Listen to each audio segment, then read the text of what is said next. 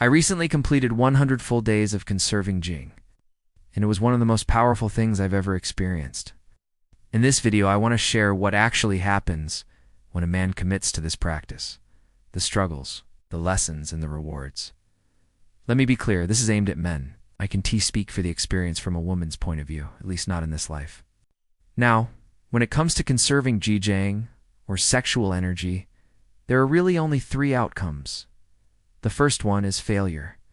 You give in to temptation, chase fantasies, and end up releasing your energy. The second is more subtle. You manage to hold the energy, but you become angry, frustrated, and emotionally unstable. And the third outcome, the one we're aiming for, is that you transform. You become a dynamo, a man of discipline, strength, and presence. You grow in energy, power, and focus across every area of your life.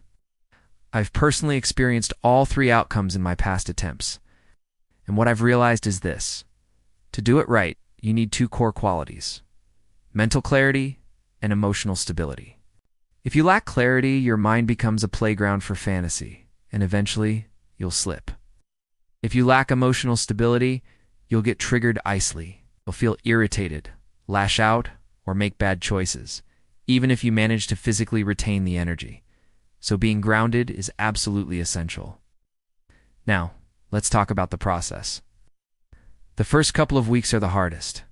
Your body isn't used to holding this much energy. You feel more alive, more aware, and yes, more horny. This can feel overwhelming, almost like you've got a fire building inside you with nowhere to go. But if you stay consistent, things start to level out. Your energy balances. Your body adjusts. And this is where the real magic begins. Around the 3 to 4 week mark, your focus sharpens. You start waking up with more drive and confidence. Your workouts feel stronger. Your thoughts become clearer. People start reacting to you differently. They can sense something is different. But be warned. Just because you re-holding the energy dose in tea mean you re-safe.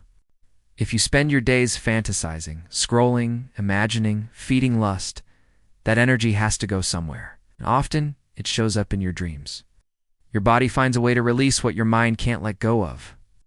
So the real discipline is not just physical, it's mental. You have to train your focus, cut out the triggers, stay present.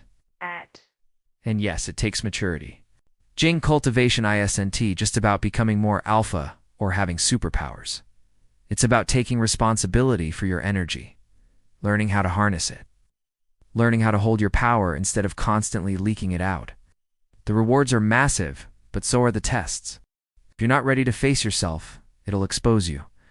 But if you are, it will change you. You'll stand taller. Think sharper, and move through life with a strength that most men never tap into. So if you're thinking about starting this journey, be prepared. It's not easy. But if you can stay the course, the version of you that comes out on the other side will be unrecognizable.